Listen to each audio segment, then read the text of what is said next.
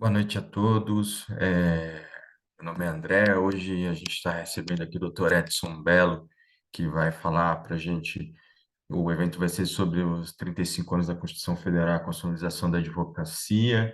Dr. Bello, ele é advogado, professor, mestre em Direito pela PUC São Paulo, graduado em Filosofia e consultor de prerrogativas da advocacia e autor de obras jurídicas inéditas.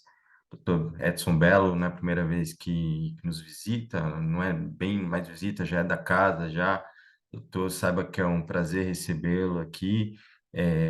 A OAB, ela sente-se, a OAB 249, ela fica feliz e honrada em recebê-lo mais uma vez. Gostaria de saudá-lo na pessoa da nossa presidente, doutora Vanessa Miciano, nossa vice-presidente, doutora Carla, e nosso presidente de Comissão de Direitos e Prerrogativas, doutor Messias. Doutor, sinta-se abraçado, é uma honra recebê-lo novamente, essa casa jurídica fica feliz e honrada em recebê-lo aqui. Passo a palavra para o doutor Messias, que vai fazer as considerações ali iniciais, e na sequência passará a palavra para o doutor Edson Bello. Doutor Messias, a palavra está contigo. Boa noite a todos.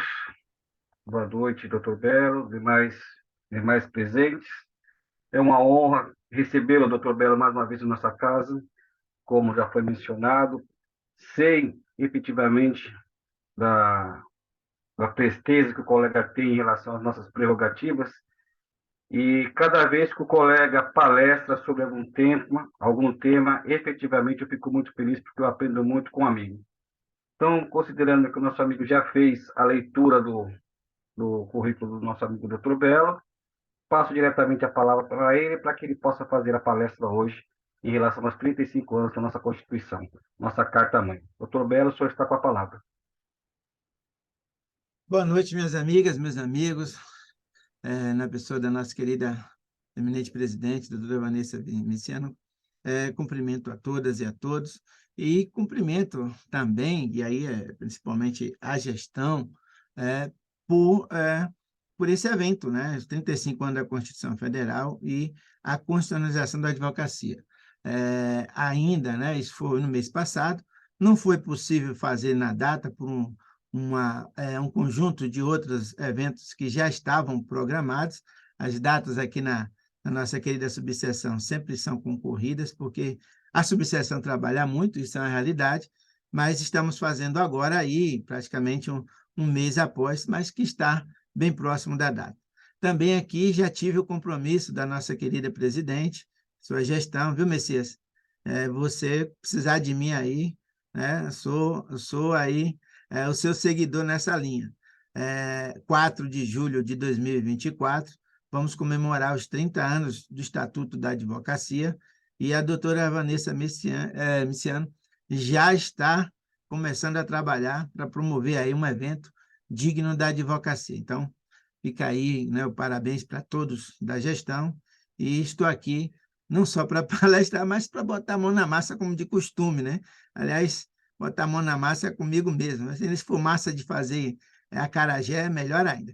Então, a gente vai trabalhando por aqui.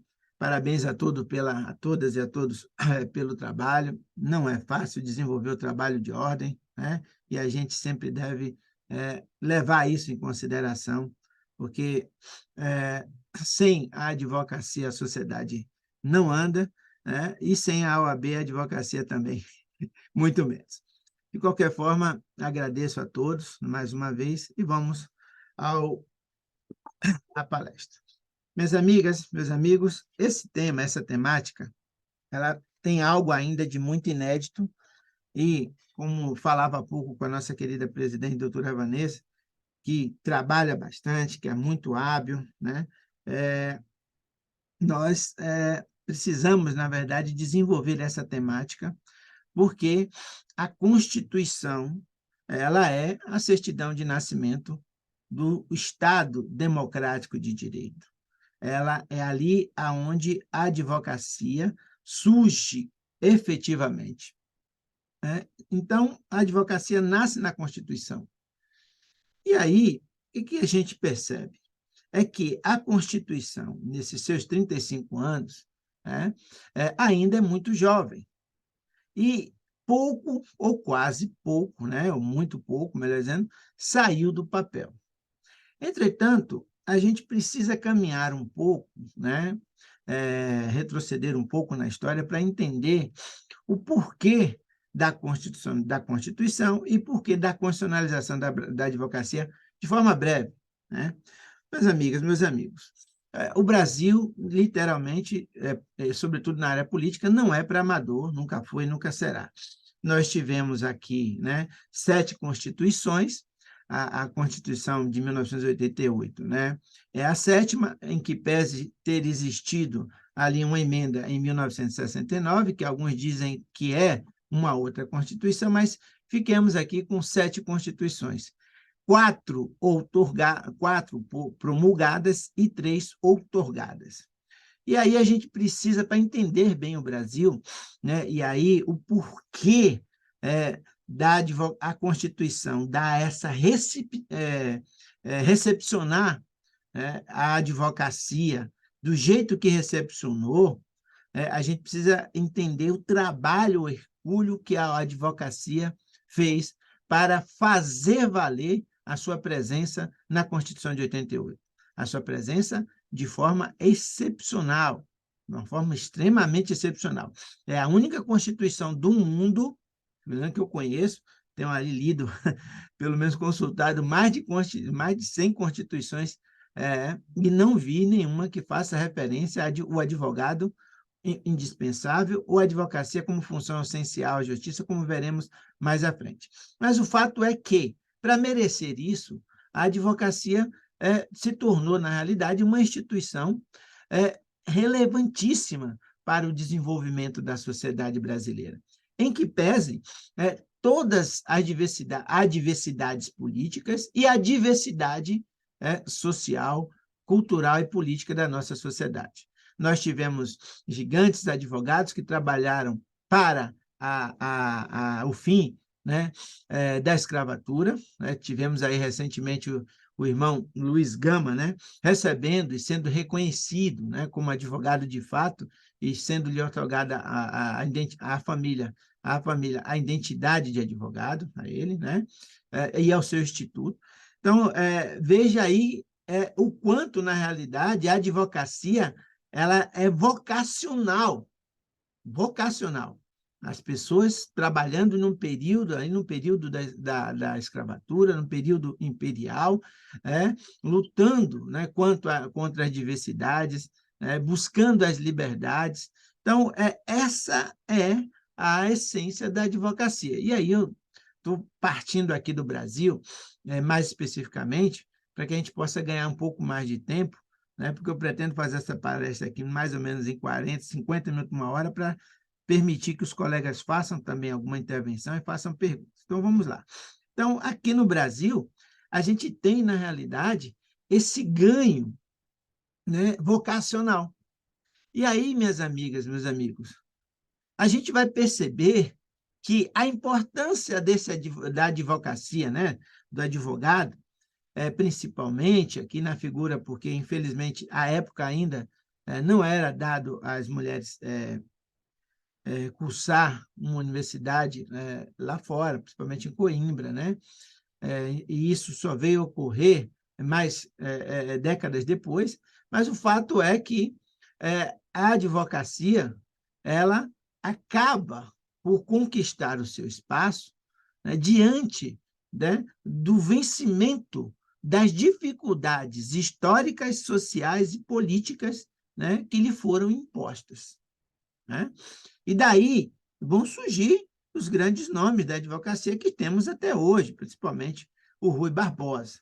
Mas eu quero trazer para dentro dessa análise breve, de breve historicidade, o fato de que 22 presidentes da República, isso mesmo, 22 presidentes, né, dos 39 presidentes, se eu não me engano, que temos, né, o atual, até hoje, 22 foram advogados. 22 foram advogados. Então, a gente percebe que a advocacia sempre esteve, né, próximo, ao lado, e, sobretudo, na liderança do poder da República. Né? Isso é muito importante. Então, muitas pessoas vão se lembrar do artigo 133 da Constituição e morre ali. Não, a advocacia tem uma história. A advocacia foi guindada à função essencial à justiça, né? Não foi apenas por uma habilidade ou um lobby, né, na Constituinte de 88. Não, pelo contrário. Nós temos aqui obras escritas, eu tenho uma biblioteca só com livro de advocacia, né, no mundo principalmente, mas a gente tem no Brasil gigantes figuras da advocacia que modificaram literalmente, né, a nossa história. E aí, já dando um salto, né, passando por Rui Barbosa, né, Evaristo de Moraes, e tantos, o próprio Plínio de Arruda Sampaio, né? E tantas outras lideranças da advocacia, a gente chega ao presidente da Constituinte de 88, doutor Ulisses Guimarães, advogado. Advogado. E nós chegamos ao doutor Ulisses, né, que nos ligou com o seu trabalho, a sua liderança, né, à Constituição e fez acontecer, né, a constitucionalização da advocacia. Obviamente que não que sozinho, ajudado pela OAB, pela Instituto dos Advogados e tantas outras instituições da advocacia que ali estavam, né, entre aspas, fazendo o seu lobby, mas por merecimento. Se tem uma instituição, com todo respeito às demais instituições, sem querer tirar, né, nada de ninguém, mas a advocacia está na Constituição porque fez literalmente por merecer. Tem um histórico invejável de sangue, suor e lágrima. É isso que a gente precisa ter em mente.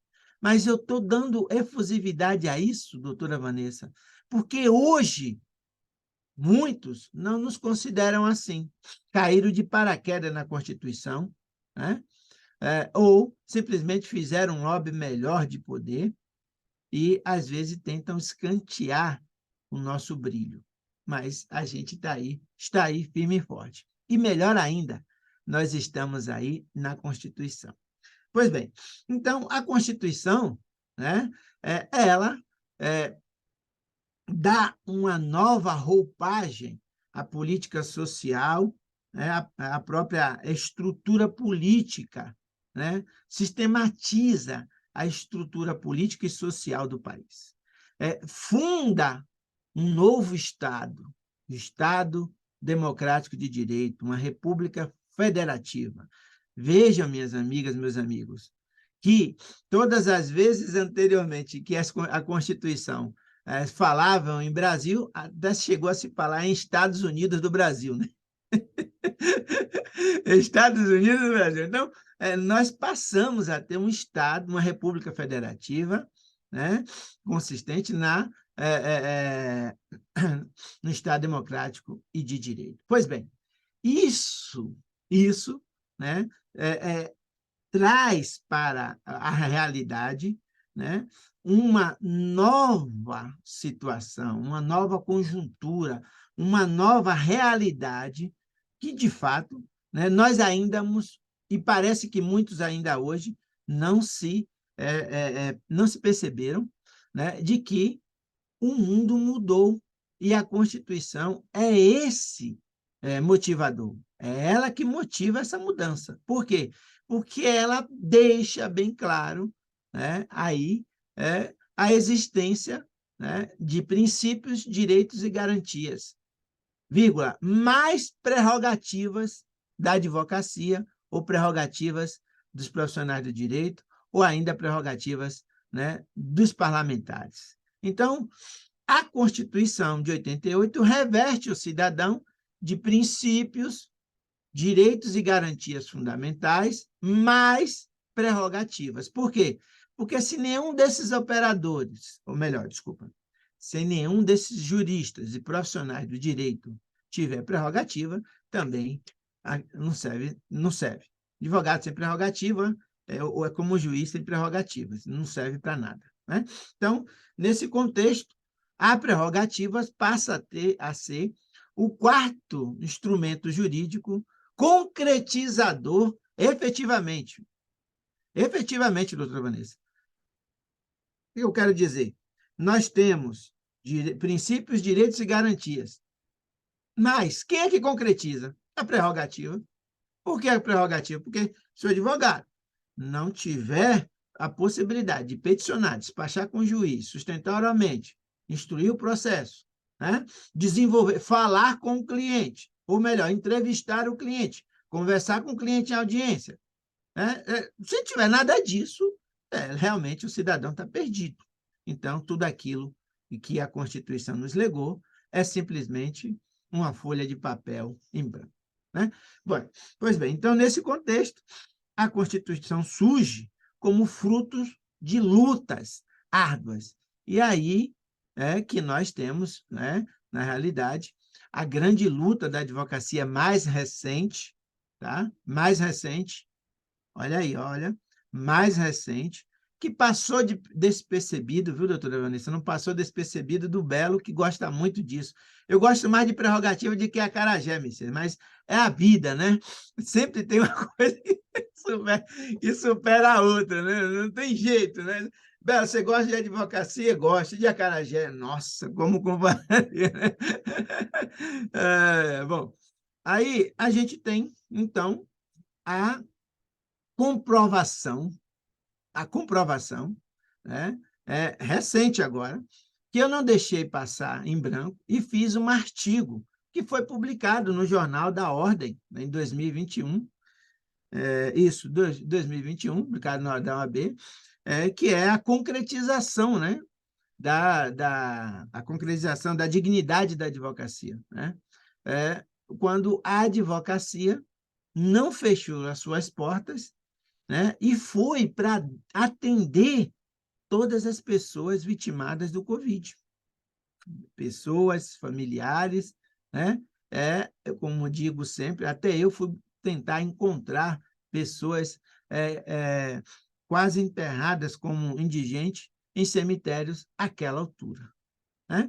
Então, veja bem, a advocacia deu exemplo. E aí, doutora Vanessa, minhas amigas, meus amigos, quando a gente olha para o artigo 133 e fala do advogado indispensável, então é aí que você diz, poxa, eu queria uma prova provada da indispensabilidade do advogado. Então você rememora o período da pandemia e verás quantos advogados padeceram, se contaminaram, morreram, mas não deixou de concretizar o seu juramento constitucional. Pois bem, nós nos ligamos, né, à Constituição, nós nos ligamos, enquanto advogado, né, por um juramento, né, que é o juramento que a gente faz, que está lá no artigo 44, inciso 2, e no artigo 20 do Regulamento Geral da OAB. Então, eu quero aqui fazer um recorte para dizer que a Constituição nos legou três instituições jurídicas, das quais nós fazemos parte, né? Lá na frente, alguém pode acreditar ou até buscar entender que seja só uma. Talvez, né? Não divirjo muito disso, mas a Constituição deixa claro, né? O advogado, a advocacia e a OAB. E aí, minhas amigas, meus amigos, o advogado é instituição jurídico-constitucional, garantidor, cláusula pétrea, né, e defensor da democracia e dos direitos humanos. Esta é a instituição jurídico-constitucional. Exatamente. Instituição jurídico-constitucional. Então, nós nos habilitamos para exercer a advocacia. Por isso que, quando eu falo para as amigas e amigos, eu falo do advogado instituição jurídica, porque ele não tem pecado, não tem vicissitude, não come acarajé nem pizza, ele simplesmente está aí, perpétuo, né? E na Constituição, nós passamos, ele não. Ou seja, as instituições permanecem e as pessoas passam. Então, todos nós estamos advogadas e advogados. Pois bem, então, nesse contexto, nós nos ligamos à advocacia por um juramento, que é tomado, né, pela ordem no momento da entrega da identidade de advogado. Identidade de advogado, porque é a identidade que nos identifica como advogado, e isso está lá no artigo 13 da Lei 8.906, de 94. Né? Não é carteira. Então, identidade, de identificar. Né? Então, nesse contexto, a gente percebe que a advocacia ela é recepcionada como cláusula pétrea, né? E isso é importante, né? Por quê? Porque ela está no rol do artigo 5º, no caso aqui o advogado, melhor dizendo, está no rol do artigo 5º, inciso 63 da Constituição, onde diz, né, que é assegurado ao cidadão preso a assistência, assegurado ao cidadão preso a assistência da família e de advogado. Veja a conjunção e de, né? Então, tem duas instituições aí que, no momento em que o cidadão está recolhido ao cárcere, né, ele tem direito à família e ao advogado. Ora, se o cidadão preso tem esse atendimento, esse socorro, né, então, o cidadão que não está preso, muito mais. Significa dizer que o advogado é garantidor da liberdade. E ter isso expresso na Constituição, não existe um país que tenha uma outra Constituição que tenha essa descrição, né? Essa receptividade ao advogado. Não existe. Então, nós, se quisermos passar a noite falando só do advogado enquanto garantidor do cidadão, podemos passar e nem citaremos o artigo 183, que eu sempre digo, não é cláusula pétrea, em que pese eu até entender que seja cláusula pétrea por uma interpretação mais ampla, né, do ordenamento jurídico constitucional, ou seja, da Constituição, né, a gente pode, mas ela não está no rol do artigo 5º do núcleo imodificado. Mas o advogado está. E são as duas funções, juiz e advogado, que estão, né, são tidas como cláusula pétrea. Significa dizer, meus amigos, que nós não somos só indispensáveis à administração da justiça. Nós somos cláusula pétrea do cidadão, garantidor do cidadão. Isso nos orgulha, e eu agradeço de joelho, né, e pago promessa para o Senhor do Bonfim, ou Nossa Senhora Aparecida, não importa, né, de agradecimento por essas mulheres, esses homens que nos legaram, né, sobretudo advogados e advogados, que nos legaram esta receptividade ou esta constitucionalização da advocacia. Parabéns. E aí, nós precisamos ter em mente agora o seguinte: bom, o advogado já é cláusula pétrea, né? Ele já é garantidor do cidadão. Só que aí surge uma outra instituição. O advogado exerce o quê? A advocacia. Ora, a advocacia, então, ela se torna função essencial à justiça. E é preciso entender que a advocacia é vista como tal porque ela decorre do exercício da atividade do advogado. Logo, a advocacia é alçada ao status, né, de função essencial à justiça, juntamente com a Defensoria Pública e o Ministério Público, né, ela, na realidade, se encontra no rol, né, dos poderes. Lá no título 4 da Constituição, no título 4 da Constituição, que fala, né, dos poderes da República. E aí nós temos, né, no capítulo 4, né, as funções essenciais à justiça. Então, você tem o título 4, que fala dos poderes, e lá no capítulo 4 desse mesmo título, você tem as funções essenciais da justiça. Minhas amigas, meus amigos, significa dizer que a advocacia agora, na realidade, ela é essencial, e o essencial aqui é no sentido de vital. É exatamente isso. Vital. Ô, Belo, você parece que comeu um acarajé pimentado e não foi bem, fez bem para a cabeça. Não, minhas amigas. Eu acompanho, né, a Constituição, o STF e as Cortes Superiores, porque é meu dever de advogado, eu ganho meu acarajé fazendo isso. Né? E eu vi na PUC, né? Estava na PUC, lá no Tuca, agora, no início do ano, a ministra Carmen Lúcia, né? E eu, quando falo de ministro do Supremo e falo dos seus pensamentos, não trato com política nem politicagem, eu faço academicamente, né? Exclusivamente. Todos nós somos juristas, né? Consagrados, renomados, profissionais do direito, e é assim que devemos nos portar, conforme o nosso juramento. Né? Beleza. Sabe o que foi que a doutora falou? A doutora Carmen Lúcia falou? Ela disse, eu até publiquei aí, né, Messias? Até mandei no grupo dos advogados, né, da nossa página da advocacia. Se eu não me engano, mandei hoje, né? A nossa presidente, a ministra Carmen Lúcia, ela disse que o direito só anda pela criatividade do advogado. O direito só anda pela criatividade. Bom, a doutora Carmen Lúcia foi advogada pública, né, do estado de Minas Gerais por muitos anos, depois foi, por merecimento, uma brilhante constitucionalista. Eu tenho livros delas aqui. Aliás, eu tenho aqui na minha biblioteca o livro de todos os ministros do Supremo que escreveram alguma coisa, digamos que escreveram de relevância, diga-se passagem. Né? E ela escreve de relevância, que é uma excelente constitucionalista. Pois bem, e ela disse isso numa faculdade de Direito, não foi em uma sede da OAB, não foi num gigante evento da OAB, não, foi no Tuca, lá na PUC, numa reunião com alunas e alunas, né? E falou isso, de uma forma simples. Então, vejam bem, e não é a primeira, nós temos vários outros ministros a reconhecerem isso.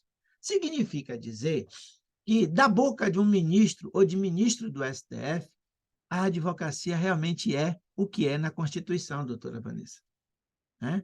Essa profundidade, essa vitalidade, essa indispensabilidade à justiça. À justiça. É isso. Então, nesse contexto, nós estamos, né, muito bem na Constituição. Estamos muito bem na legislação infraconstitucional. Nós temos a criminalização das prerrogativas, né? Lá no artigo 7º, incisos 2 a 5.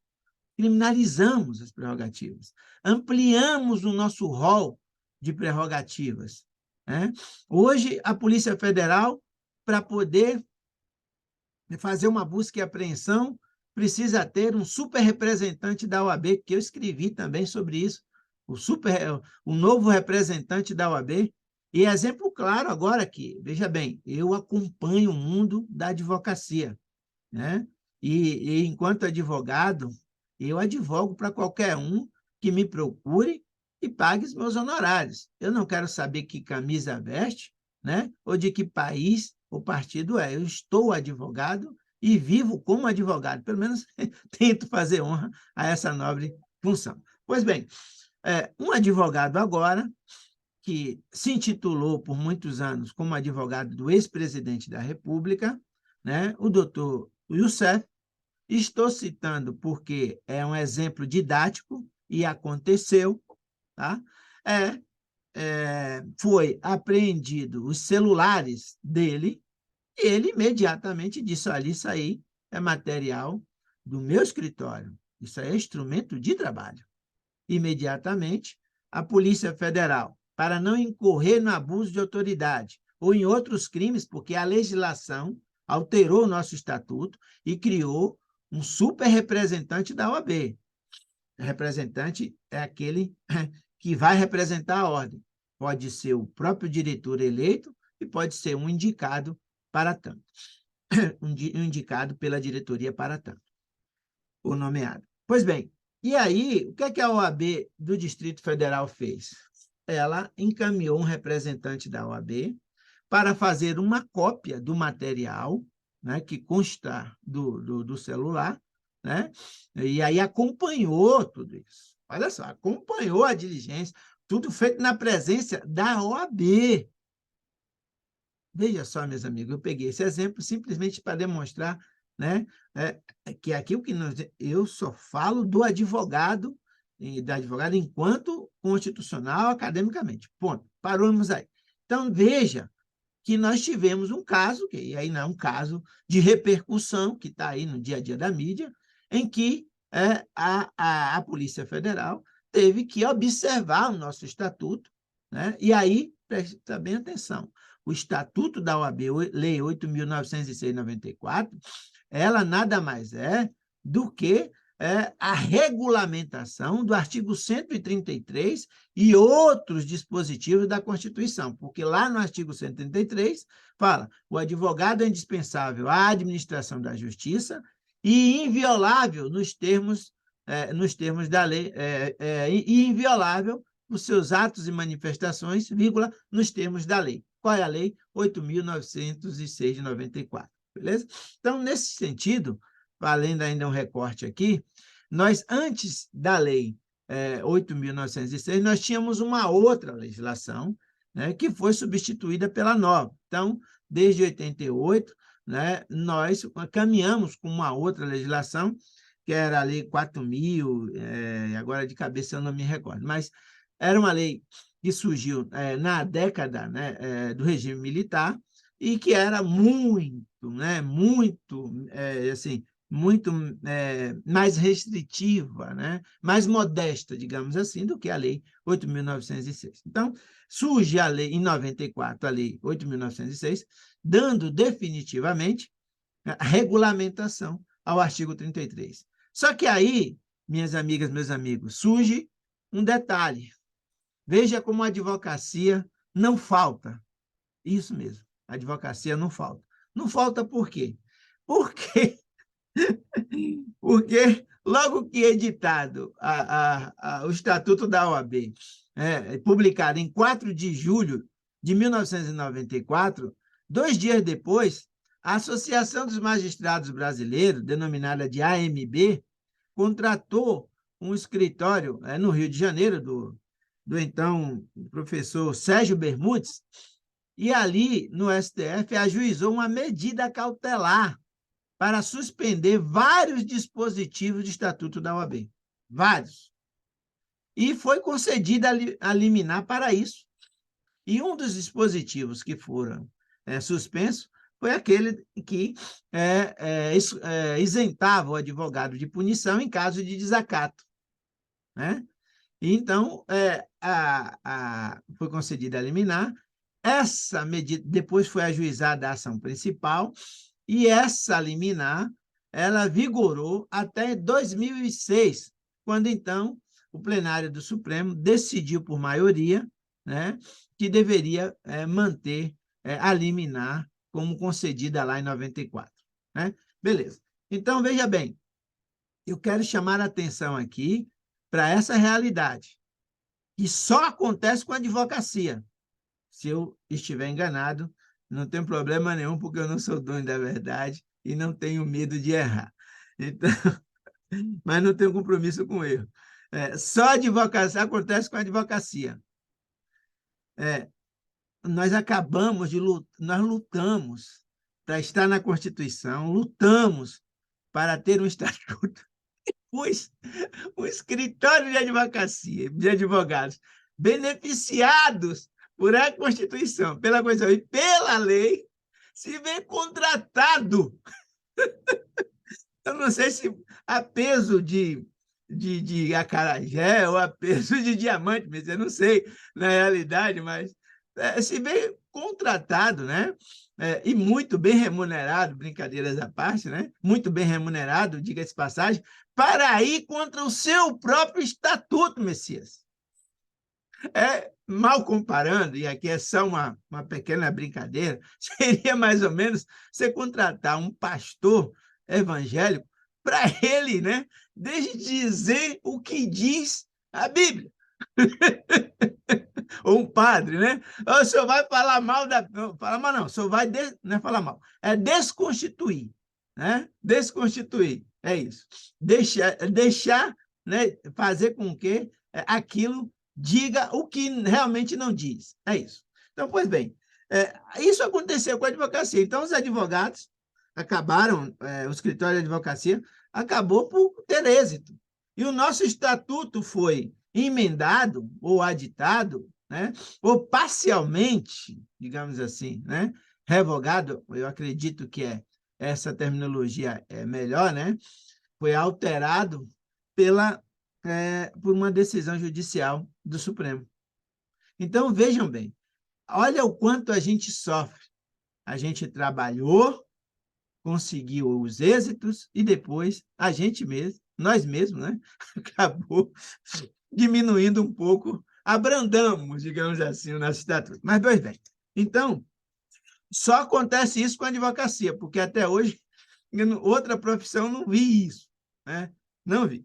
Mas, pois bem, sigamos. E aí, minhas amigas, nós temos, então, a constitucionalização da advocacia, o estatuto da OAB, as nossas prerrogativas, a criminalização, né?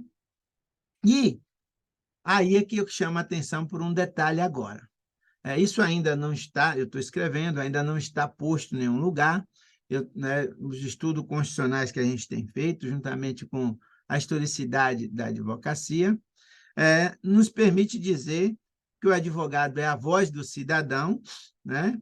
E é ele o primeiro, né? O primeiro que faz a interpretação da Constituição e faz o cidadão saber que existe a Constituição. Ou seja, o advogado é o primeiro juiz da causa, não tenha dúvida, mas, definitivamente, o advogado é a voz da Constituição perante o cidadão. Pode anotar, o advogado é a voz da Constituição perante o cidadão, porque é a primeira porta que ele bate. Bom, Belo, me dá uma prova aí. Novamente, a pandemia, meus amigos. Não tinha delegacia, não tinha MP, todo mundo encastelado, falando por e-mail, e pouco funcionava, mas os escritórios de advocacia estavam abertos, observando as medidas sanitárias, obviamente, né? Nós não tivemos medo, não porque nós somos irresponsáveis, não, porque nós temos um compromisso, né, doutora Vanessa, com a cidadania. E muitas vezes na vida, né, na vida histórica, né, do nosso país, o advogado teve que sacrificar. Veja os advogados que combateram a ditadura. Nós temos até um filme aí, né? Inclusive com a advogada também, os advogados e as advogadas que combateram a ditadura, né? Em Perus, até hoje, tem um cemitério com corpos clandestinos, né? Assim, que estão buscando, e dali tem só pessoas sepultadas, né? Como os indigentes, e provavelmente advogados e advogados que sumiram, né? Então, vejam bem, nós, né, nos colocamos sempre, né, à frente do cidadão para fazer jus a essa constitucionalização da advocacia e falar por ele com qualidade e com dignidade. E aí, minhas amigas, por que nós fazemos isso? Por que essa paixão louca da advocacia? Não é pelo vil metal. Desculpe-me dizer isso. Não é pelos honorários. Doutora Vanessa, só a gente analisando, estudando e passando pelo que passamos, né? Essa pandemia que dizimou boa parte da advocacia, dizimou não só fisicamente, mas materialmente, né? Materialmente, tá? Mas mesmo assim, os advogados não deixaram de fazer jus de defender aquele primeiro valor que tem no nosso compromisso, que se chama dignidade. No nosso juramento, dignidade. E as amigas e os amigos se perguntam, ou se eventualmente se perguntarem, o porquê dignidade é o primeiro valor do nosso juramento, né? Juro defender com dignidade, né? Juro defender com dignidade. É porque a dignidade está na Constituição como um princípio basilar. Não podia ser diferente, certo? Então, nós temos a Constituição como princípio basilar, o princípio da dignidade como princípio basilar, o princípio que se busca, né, com todos os outros títulos e artigos e dispositivos da Constituição, concretizar a dignidade do ser humano, então, da pessoa humana. Então, nesse sentido, nós, na realidade, temos aqui exemplos para jamais alguém contestar que a advocacia deu a vida não pelo vil metal, mas pela dignidade da advocacia e da pessoa humana. Isso vai ficar na história de cada um que viveu esse período, mas vai ficar também na história das nossas subseções que fizeram das tripas corações para trabalhar nesse período, né? Que tiveram gigantes embates com prefeitos, com a prefeitura, etc. e tal, que assistiram do jeito que foi possível à advocacia. Então, lá na frente, muitas advogadas e muitos advogados, né, ainda vai se lembrar dessa pandemia e daquilo, né? E o meu artigo está ali, perpetuado, justamente tendo como prova, né, a pandemia, né, como um instrumento, né, de concretização da indispensabilidade da advocacia. Se alguém queria algo para provar o que era um advogado indispensável, a pandemia prova. E aí nós fizemos jus, já está pago todo esses 35 anos pelo que a gente trabalhou. E aí nós agora precisamos remar mais e mais. E aí projetar a advocacia, né, para mais 35 anos ou para mais 50 anos, não importa. Mas o que a gente precisa ter em mente é a advocacia está constitucionalizada, a advocacia provou o seu valor, né? Honrou a dignidade da Constituição e da profissão, né? E acolhe a todos indistintamente. Acolhemos a todos indistintamente. Vejam vocês, minhas amigas, meus amigos, que no dia 8, fatídico dia 8 de janeiro, e aqui pego apenas o aspecto do fato a título acadêmico, a advocacia brasileira se mobilizou nesse país, eu digo que participei disso, para ajudar os colegas que estavam lá, porque as prisões estavam ocorrendo no Distrito Federal, era gente que não acabava mais e que precisava de advogado, de uma estrutura, e a gente, então, contribuiu com modelo de peças, né? Orientando os colegas, que estavam, muitos colegas acabaram indo para lá, porque tiveram custeado por partidos ou pelos próprios clientes a sua ida para lá, mas a OAB, a advocacia, melhor dizendo, esteve presente para garantir aqueles cidadãos que ali estavam, independentemente da nomenclatura que a eles foram atribuída e está sendo atribuída dentro do devido processo legal. Nosso compromisso é honrar a Constituição com o direito de defesa. A decisão, se fez ou se não fez, cabe ao Poder Judiciário, cabe a gente apenas mencionar, novamente, que a advocacia também se fez presente. Como a advocacia também se fez presente em inúmeras outras situações, né? Eu mesmo me lembro daquele, doutora Vanessa, das manifestações de 2013, né? Inúmeras manifestações em 2013, onde os advogados acompanhavam as movimentações, né? Aquele movimento passe livre, para que os manifestantes não fossem presos ou agredidos. Em Guarulhos, nós tivemos inúmeras manifestações. Na época, eu estava na comissão de prerrogativas lá, e a gente montou uma equipe para acompanhar. Nós fomos andando a pouca distância, acompanhando a movimentação, porque naquele momento, né, as forças de segurança, né, estavam, digamos assim, se excedendo, confundindo, impedindo o direito de manifestação livre, né? Então, a advocacia esteve presente, né? Em São Paulo, da mesma forma. Então, veja bem, nós nunca faltamos à sociedade, jamais faltaremos. E nós já honramos e continuaremos honrando a Constituição, e durante esses 35 anos também honramos.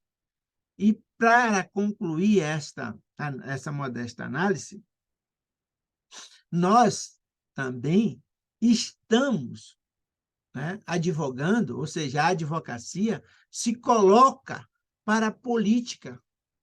Se coloca para a política no sentido de que nós estamos advogando para presidentes, né, para os altos cargos, né, da República, privadamente, né, privadamente, ou seja, os eleitos hoje, eles têm a sua própria advocacia. Veja bem, a sua própria advocacia, né? Aqueles que têm cargos eleitos, eles têm prefeitos, governadores, senadores, deputados, eles têm a sua própria advocacia, seja que é paga por ele ou paga pelo partido, não importa. Ou seja, a advocacia também se move nessas esferas de poder, tá? E, além disso, nós também estamos, a advocacia está representada quando se coloca à disposição como uma alternativa eleitoral. E aí nós temos o presidente da Câmara dos Deputados como advogado, no segundo mandato. O presidente do Senado, segundo mandato, advogado também. Eu estou a mencionar isso, minhas amigas, eu estou falando aqui academicamente, né? E estou falando aqui dentro do ponto de vista da teoria, da advocacia, da Constituição. Não trato nada no pessoal. O advogado não trata nada no pessoal com ninguém. Nada, nada, nada. Jamais, né? E aí, a gente precisa ter em mente que essas esferas de poder, né? Nessas esferas de poder, a advocacia tem a sua participação fundamental, fundamental, porque ela não só está literalmente dentro do poder, e aí você tem a bancada dos advogados, diga-se de passagem, mas também na assessoria. Ou melhor dizendo, nós estamos no poder 3 vezes. Dentro do poder, como representante eleito, nós estamos dentro do poder como procurador do poder parlamentar, procurador da Câmara, procurador do Senado, não é isso? Não é? Como advogado. E nós estamos também, né, na advocacia privada dos representantes eleitos. Ou seja, aqueles que eventualmente têm processos, né, administrativos ou judiciais, têm o seu escritório de advocacia ou seu advogado para lhe defender. Então, veja bem, a pergunta é, doutora Vanessa, nesses 35 anos, onde é que o advogado não esteve? Aliás, até o Vaticano, né, precisa bater continência para a advocacia, né? As igrejas, o Papa tem os seus advogados, né? A Cúria Metropolitana tem os seus advogados, né? Recentemente, agora entrou um carro na igreja e entrou, invadiu, graças a Deus não tinha ninguém lá, era um dia de semana à noite, o cara embriagado entrou e quebrou o portão e amassou um monte de coisa dentro da igreja. Bom, alguém tem que pagar isso. De graça não vai cair a reparação. Então, a Cúria Metropolitana vai precisar contratar um advogado para acionar o cidadão em juízo para poder fazer a reparação. Ou, às vezes, ao contrário, o cidadão se vê vitimado de um assalto ou de alguma outra violência dentro de uma instituição religiosa. Será que cabe indenização? Vamos discutir no judiciário. Então, veja bem, aonde é que o advogado não está? Né? Não, o advogado sempre esteve, está e estará. Isso é importante. Agora, caminhando aí para, finalmente, a conclusão, eu não posso deixar de fazer aqui as críticas, né, daquilo que a gente tem visto com relação à advocacia. Se nós formos galgados, né, a cláusula pétrea, garantidor do cidadão, né, autoridade constitucional, eu chamo de autoridade constitucional, né, jurídico constitucional, não autoridade policial, autoridade constitucional, ou seja, a Constituição nos deu autoridade, né? Nos deu autoridade. Quando diz que o advogado é indispensável e inviolável, é uma autoridade. Ela nos deu autoridade, né? Agora, veja bem, nós não podemos jamais confundir as ações do representante da advocacia né, com a advocacia. Não. É a mesma coisa que a gente faz, né? Não podemos confundir a representação do membro do Judiciário, do Ministério Público, com as suas respectivas instituições. Significa dizer que, eventualmente, se um cidadão que se diz exercer a advocacia falar contra a Constituição, falar contra o Poder Judiciário, vamos fechar isso, vamos quebrar, etc. Literalmente não é um advogado que está falando. É qualquer outra coisa, qualquer outro ser, mas advogado não é. Por quê? Porque a gente não tem problemas com as instituições. Por que não temos problemas com as instituições? Porque as instituições são firmes, concretas e sólidas. Nós temos problemas são com as ações dos seus membros, que é outra coisa. Porque atingir um dos poderes da República é fazer, na realidade, balançar ou destruir um dos pilares da Constituição. E isso a gente não pode. E mais, a advocacia, como função essencial à justiça, tem que cobrar do Poder Judiciário, do poder que distribui justiça. Tem que cobrar, colaborar, representar juízes, né? Fazer tudo dentro da lei para defender a cidadania e defender o advogado no exercício da profissão, né? E, obviamente, representar na corregedoria, promover projeto de leis, como eu faço, projeto de leis para mudar a legislação, mudar o estatuto dos juízes, mudar o estatuto do Ministério Público, se for o caso. É assim que a gente faz. Essas são as nossas lutas desde sempre e continuará sendo, né? Acadêmicas, jurídicas, políticas e sociais. É por aí que a gente faz justiça. É essa a nossa bandeira. Por que eu estou dizendo isso? Porque não pode se confundir a advocacia, né, com qualquer outra coisa. Não, a advocacia é garantia constitucional do cidadão. Função essencial da justiça. Cláusula pétrea do cidadão. É preciso, né, com todo respeito aqui, vou fazer uma frase bem popular.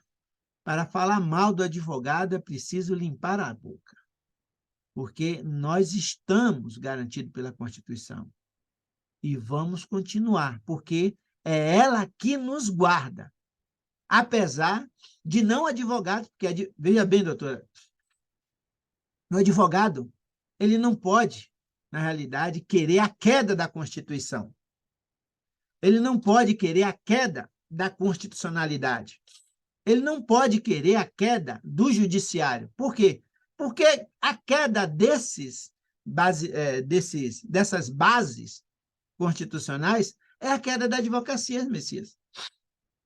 Quando você quer a queda da Constituição, do judiciário, de um dos poderes, você quer, na realidade, o fim do Estado Democrático de Direito. Então, o advogado não pode fazer isso, nunca fará. Por quê? Porque ele faz parte, ele integra a Constituição. Ora, se eu integro a Constituição, ela me resguarda me garante, legitima as minhas prerrogativas, legitima o estatuto da OAB e tudo o que eu faço. Como é que eu vou querer a queda da Constituição? Não posso. Então, a gente precisa deixar de fazer a dissonância cognitiva, né? Num momento, você quer uma coisa e depois você vai lá e faz outra coisa. Não.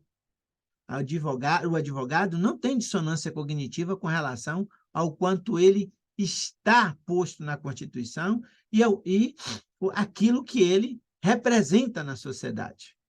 Agora, nós precisamos ter em mente o seguinte: o exercício da advocacia tem aí uma outra caminhada, né? É outra situação. E aí, o que acontece? Quando a gente não se prepara para o exercício da advocacia e não sabe suportar as agruras da advocacia, realmente, imediatamente, muitos querem desistir da advocacia e acabam, na realidade, se aliando ou se filiando a ideologias que colocam a advocacia em xeque, ou fazem ali, deixam a advocacia ameaçada, por questões de ideologia política. A gente não pode incorrer nisso. O advogado é advogado.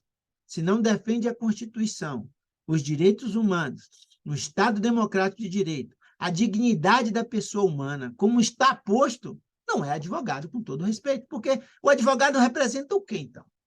Se ele não defende nada disso, ele defende o quê?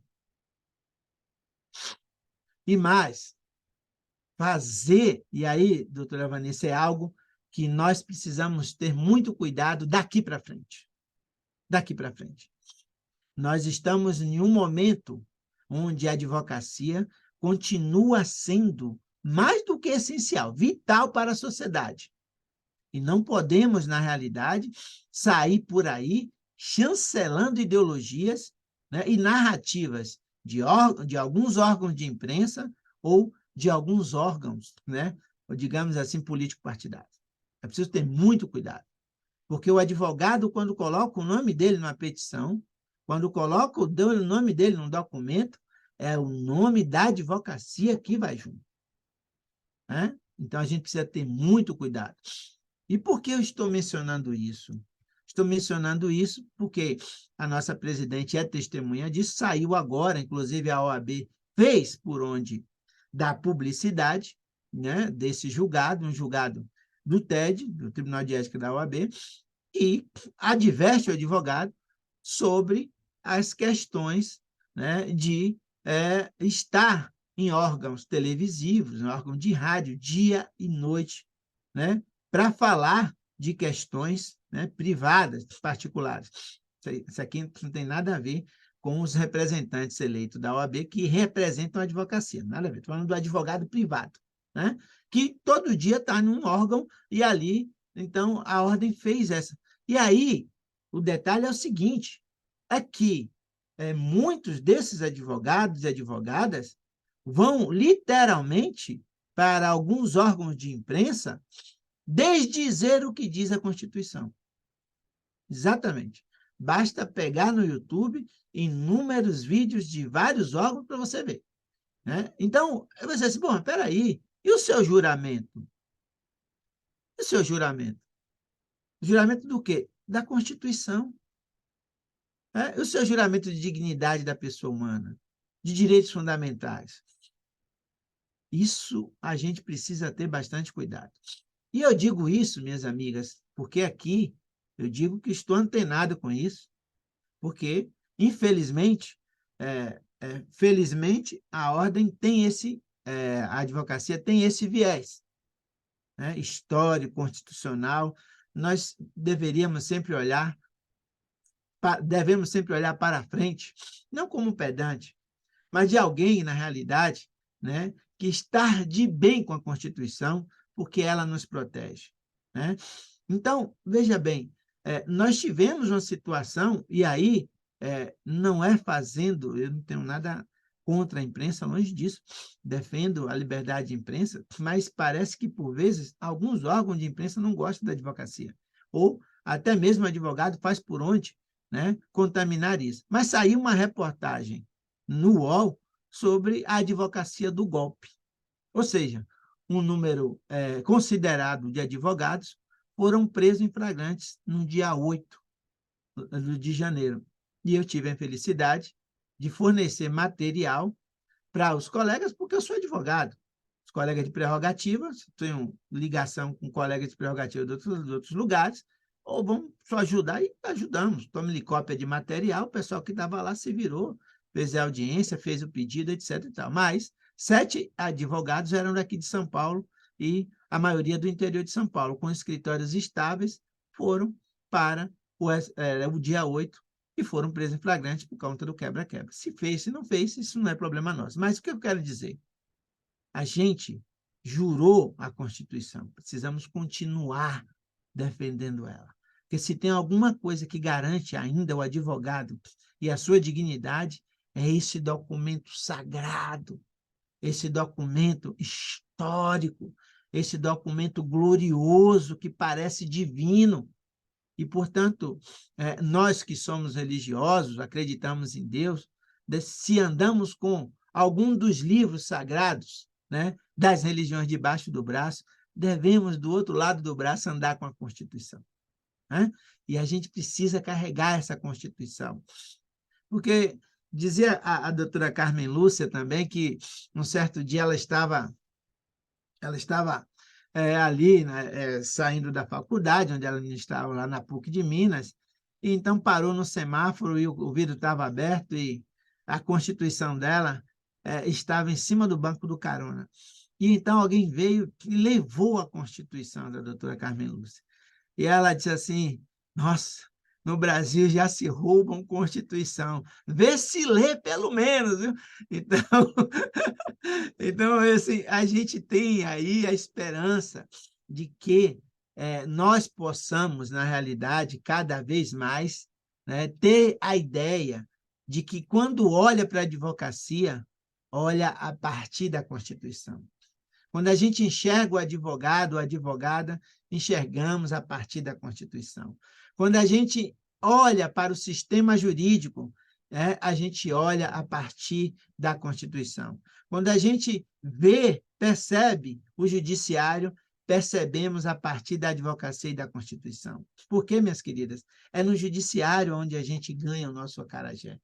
Se a gente cair nessa ideologia maluca, né, de que o judiciário é o nosso inimigo, como eu tenho visto vergonhosamente, né, em programas, né, televisivos e até de cunho jornalístico, né, de colegas, diga-se de passagem, eu, na verdade, fico preocupado e pego a minha Constituição e já guardo, porque sem ela eu não tenho representatividade nenhuma no foro ou fora dele.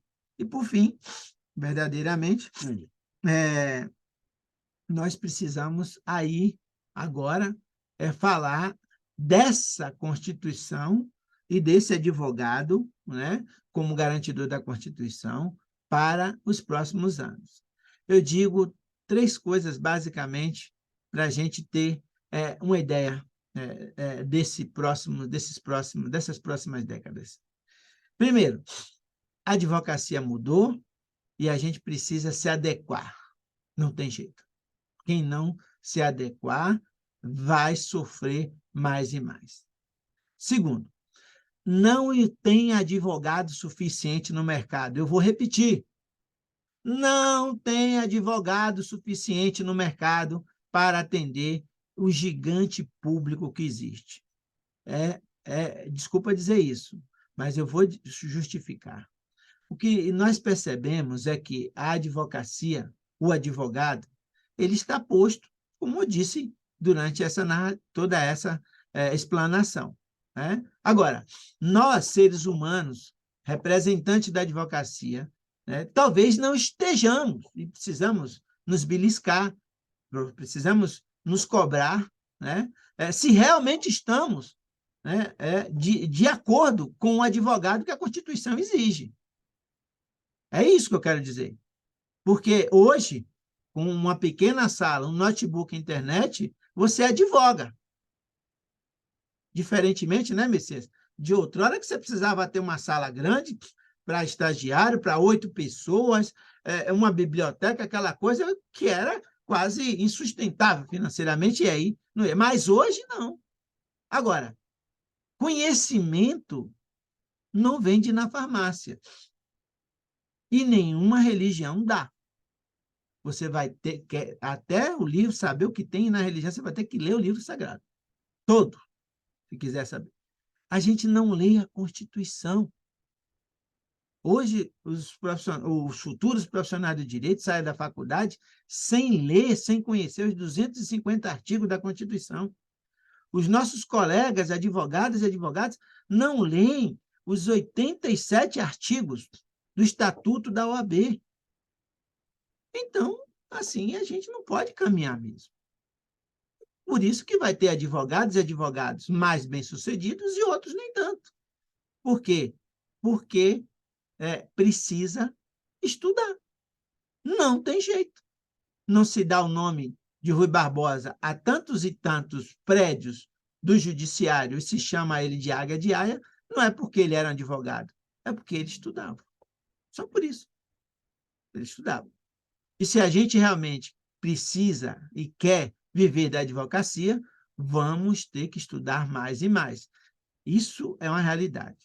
E terceiro ponto, o vil-metal, o dinheiro, o carvão, a bufunfa, ou seja, os nossos honorários, advêm, na realidade, do quanto você sabe advogar.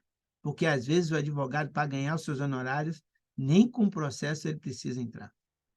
Nem com processo ele precisa entrar. Né? Às vezes, ele mesmo é o seu cliente. Se você olhar bem, nós temos 3 companhias que sempre dá problema, de água, de telefonia e de luz. Veja que agora, em São Paulo, nós já vamos entrar com algumas ações no Juizado Especial de Reparação de Danos, porque teve escritórios e empresas que não puderam trabalhar, porque não tem energia. E vamos cobrar de quem? Da ANEEL. Então, o mercado de advocacia está aí. Dentro de casa, bom, se isso acontece comigo dentro de casa, eu já tenho um processo. Faço ali um balanço de tudo que eu perdi e cobro na justiça. Né? Beleza. Né? E para além disso, bom, se você for olhar, a companhia de água sempre está cobrando R$ 2, R$ 3 a mais, R$ 10, R$ 15 a mais, a de luz também. Quem cobra além do que deve, tem que pagar a indenização, Código de Defesa do Consumidor. Eu vou me perguntando, está faltando ações? Com todo respeito, está faltando criatividade, conhecimento. Né? Eu, quando não tenho ações de clientes externos, opa, eu sou o maior cliente do meu escritório.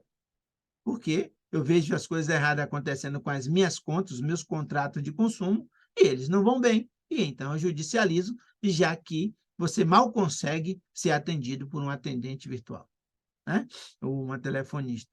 Então, minhas queridas, meus queridos, a advocacia, né, dos próximos anos vai precisar necessariamente desses 3 viés.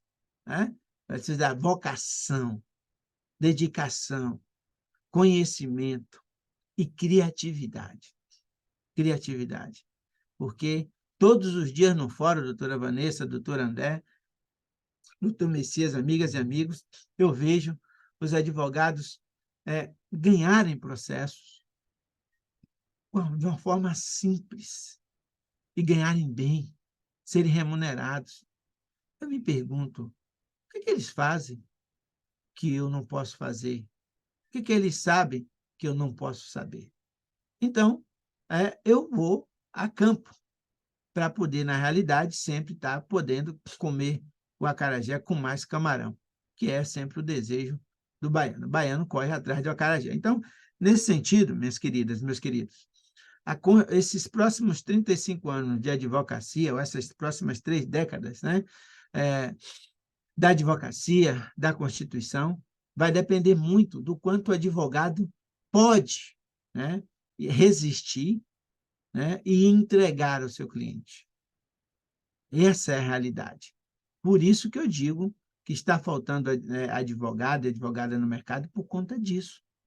A gente não tem, infelizmente, estudado. E, olha, eu estou falando aqui com todo o carinho, com todo o amor, porque eu defendo a advocacia de manhã, de tarde e de noite, em qualquer lugar. Mas a gente deve, né, honrar mais e mais a advocacia, e, para isso, a gente precisa estudar.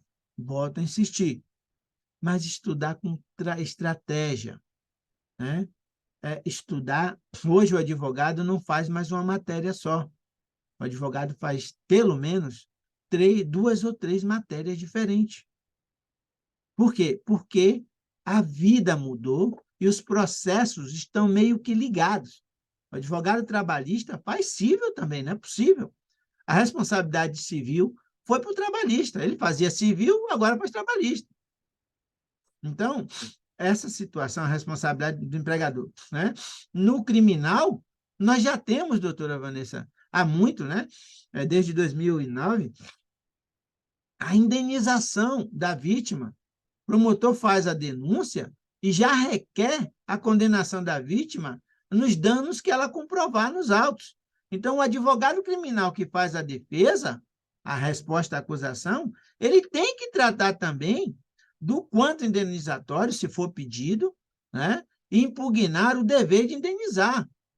Porque se ele impugna só a questão criminal e não fala nada sobre a questão indenizatória, o juiz, ao condenar, já vai dizer, olha, tanto é certa a indenização que a defesa sequer disse nada na resposta à acusação. Não é assim que o juiz faz? Sempre bota nas nossas costas?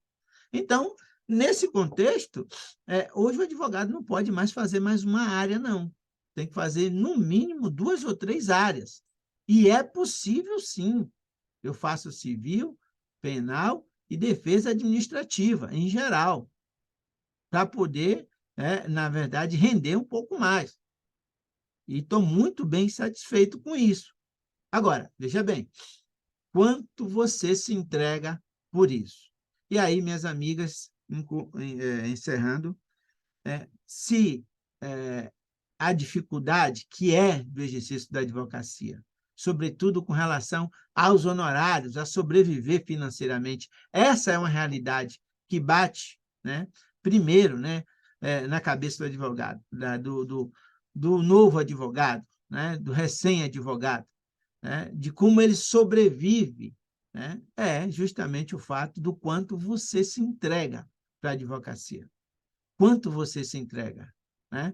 Então, veja bem, a porta da advocacia está escancarada para você fazer o seu nome, né? Fazer e realizar a sua banca, né? E, na verdade, até mesmo ganhar muito dinheiro e constituir seu patrimônio. Entretanto, precisa saber o quanto você está se entregando para isso.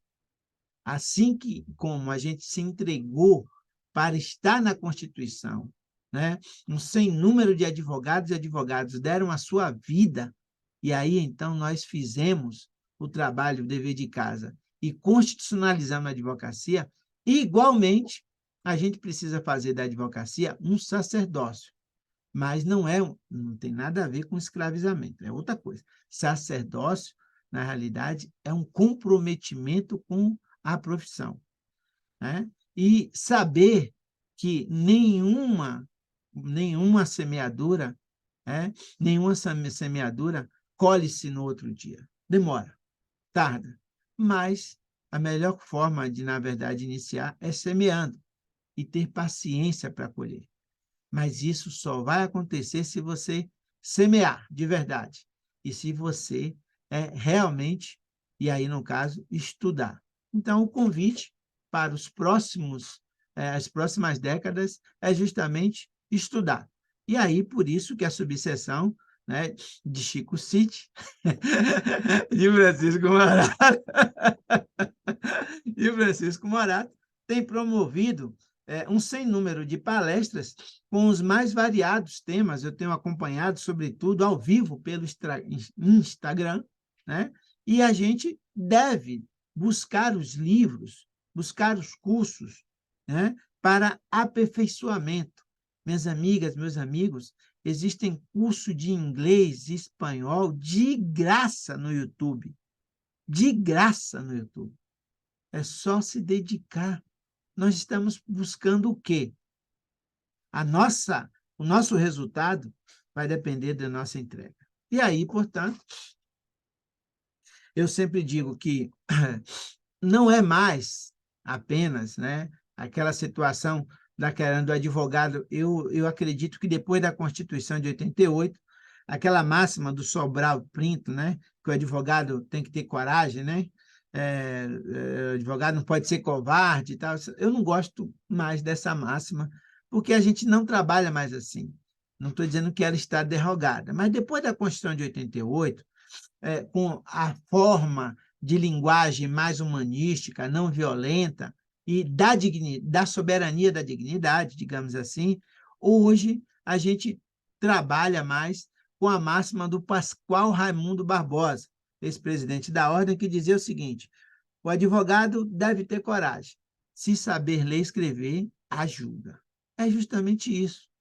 Porque também não adianta você ter um conjunto de títulos se você não tem coragem de defender o seu cliente. Não tem. E para defender o cliente precisa ter coragem. E coragem aqui é vocação. Mas tudo isso se faz com estratégia, com cautela, não de qualquer jeito. Daí a necessidade de participar de curso de prerrogativas, de curso de ética, de tantos outros cursos que a ordem e as subseções fazem, né, diariamente, virtual e presencialmente. Portanto, minhas amigas, viva aos 35 anos da advocacia, aos 35 anos da Constituição Federal e da constitucionalização da advocacia. Viva! E a gente deve continuar tendo esse comprometimento institucional, tá? E também profissional, para que o cidadão se veja mais e mais representado na advocacia, porque é no escritório de advocacia que o cidadão é a primeira porta que o cidadão bate. Tenho dito, então, por hora, minha presidente, fico à disposição e agradeço aí a paciência, né, de todas e de todos. Obrigada, viu, doutor Edson Bello? Minha eterna gratidão, mais uma vez tê-lo aqui na subseção, na 249 de Francisco Morato. Sou eternamente grato. E eu passo a palavra para o doutor Messias para fazer o encerramento, né? E assim, e deixo ele já incumbido de desenvolver o projeto junto com o doutor Bello aí, do mês de julho. Então, já está aí, já está autorizado, então fica só de a gente ajustar aí e pensar em algo aí diferente, tá? Eu deixo à disposição de vocês a elaboração. Doutor Messias, a palavra está com você. Agradeço também todos os diretores aqui presentes, tá? Doutora Carla, doutora Mônica, que entrou, o doutor André, que está aí, né? Doutor Itamar, que sempre me ajuda, doutor Douglas, que está sempre presente, gratidão a todos, viu? E fora os internautas que estão também na internet, no Facebook, no Instagram, que também parabenizaram o doutor Edson. Doutor Messias, a palavra está contigo. Minha presidente, como eu falei no início, é, é uma, é uma honra efetivamente ouvir o Dr. Bello, porque é um palestrante, é um amigo que ele está em prol da advocacia. O Dr. Bello já se demonstrou durante várias vezes um sábio conhecedor das prerrogativas e também do direito constitucional. Portanto, eu somente finalizo endossando o que o Dr. Bello disse. Nós, para sermos advogados, temos que efetivamente sempre buscar o conhecimento. E o conhecimento, às vezes, está efetivamente numa palestra como essa do dia de hoje, que com certeza, se nós aproveitarmos a palavra do Dr. Bello, vamos conquistar muito e muito o direito dos nossos clientes. E obtendo os direitos, logicamente, os honorários virão de uma forma rentável. Então, doutor Bello, Em meu nome, se eu puder, doutora Vanessa, eu vou abrir, não sei se posso abrir palavras para alguém que tiver alguma dúvida em relação à matéria, que se manifeste, levantando a mão aqui.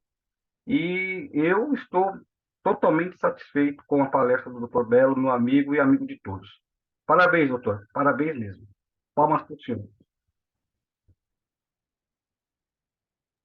Ô, Messias, eu esqueci de dizer uma coisa apenas, antes que algum amigo ou amiga faça a pergunta. Eu noto que, às vezes, eu olho para os colegas assim, alguns colegas, parece que eles não gostam de ganhar causa. Eu digo, poxa, você acho que não está querendo ganhar a causa, né? Eu adoro ganhar causa, e é uma das coisas que o advogado precisa ter. Eu quero ganhar a causa. Isso vai me fazer um bem danado para a minha autoestima, para o meu bolso, né? Para a minha vida, para o meu cliente em especial. Obviamente que eu estou falando em ganhar causa dentro das circunstâncias legais, éticas e morais, né? Então, isso é importante, porque o advogado, como a própria, eu disse aqui, a doutora Carmen Lúcia disse, o advogado, na verdade, ele é criativo, ele é que dá essa criatividade ao judiciário, né? Então, a gente criando o direito, as teses, a gente também ganha com isso, né? E não tem, Messias, nesses 35 anos de Constituição, né? E nesses quase 30 anos aí do Estatuto da Ordem, Messias, você, todos que estão aqui, a doutora Vanessa, todos e todas que estão aqui, acho que em algum momento um cliente, já aconteceu comigo isso, e isso me marca, eu até me arrepio quando ouço isso e falo isso, né? Mas eu falo isso para a advocacia, para a advogado. Eu, Edson Belo, ser humano, sou um pecador, cheio de vicissitudes, talvez não valha nada. Mas o advogado Edson Belo pode valer uma caradinha ou alguma coisa. O que eu quero dizer é o seguinte, Messias, quantas e quantas vezes uma cliente ou um cliente disse, doutor, Deus no céu e o senhor na terra, né? Isso não tem honorários que pague, Sim. né? O cliente, na realidade, até hoje, eu acredito que, se não todos, a maioria, recebem doces, panetones, chega no meu escritório, chega de tudo, que alguém manda que eu nem lembro mais, né? Alguma coisa a gente deve ter feito de bom para esse cidadão, que marca. E se alguém acha, com todo respeito à judicatura, que é o juiz que faz a diferença, não é. Agora, também é o advogado que carrega todas as agruras quando a causa não é ganha, né, Messias? Deu dito. É verdade. Ou é 8 ou é 80.